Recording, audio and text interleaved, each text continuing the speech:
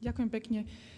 Pán minister, ja by som chcela vám dať pohľad lekára a oceniť vašu snahu, že sa snažíte nejakým spôsobom zasiahnuť do tejto problematiky, pretože mnoho lekárov, aj Slovenská lekárska komora vychádza práve z týchto podnetov.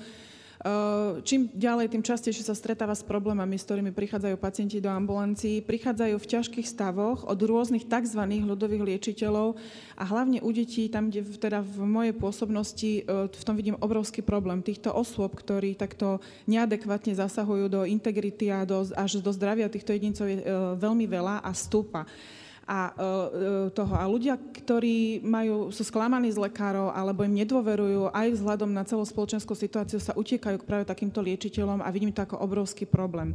Avšak niekoľkokrát som si čítala tento paragraf a zdá sa mi, tie tresty sú príliš prísne a obsahujú vlastne také ustanovenie, ktoré by postihovalo všetkých. Myslím si, že tých dobrých tzv. Mastičkárov alebo ľudových liečiteľov je možno 1% z tých 100. Zvyšok sú všelijakí šarlatáni, ktorí môžu poškodiť zdravie ľudí a neoprávnene sa na nich obohacovať.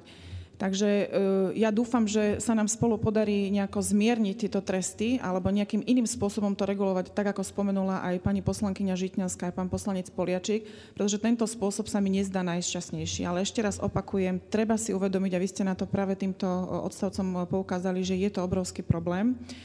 A mnoho ľudí predtým, ako vyhľadá normálnu zdravotnú starostlivosť, tak sa uteká k týmto praktikám a príde častokrát neskoro, alebo dokonca môže byť jeho zdravie poškodené.